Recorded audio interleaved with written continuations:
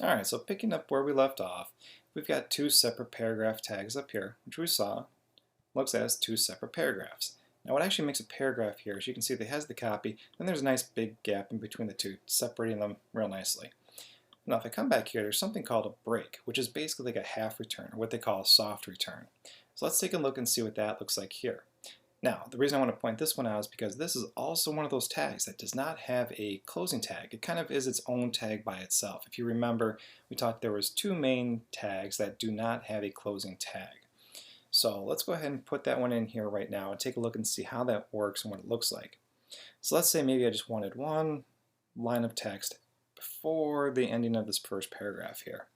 So I'm going to make a little bit of space. And remember, that doesn't actually affect the web page itself, this extra space.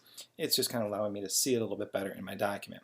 So what I'll do is, at the end of this first sentence here, I'm going to type in my break tag. So that's a less than, the letter B, R, and a forward slash. So that kind of closes it out because it's its own tag. And then the greater than symbol. Now I'm going to go ahead and just copy the first line of this text up here just so I've got something to show you. And I'll hit return. You don't have to hit return. You can have it lined right up next to it. And, oops, put my period down here so it looks like a complete sentence, even though it's not. Now that should be all that I need to do to just bring this down to the next line. Again, it's not going to give me the full paragraph return like it did in here. It's just going to bring it down to the next line. So let's go ahead and save that document. I'm going to come back to Chrome.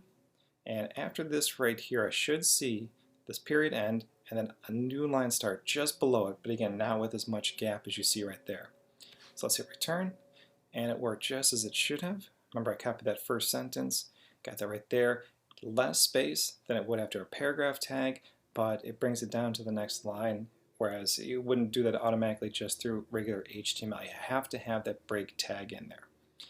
So that's kind of an interesting tag. Again, it's one of the ones that do not close. So all you have to do is type in the BR and then the forward slash, which kind of closes it out, and you should be all set to go.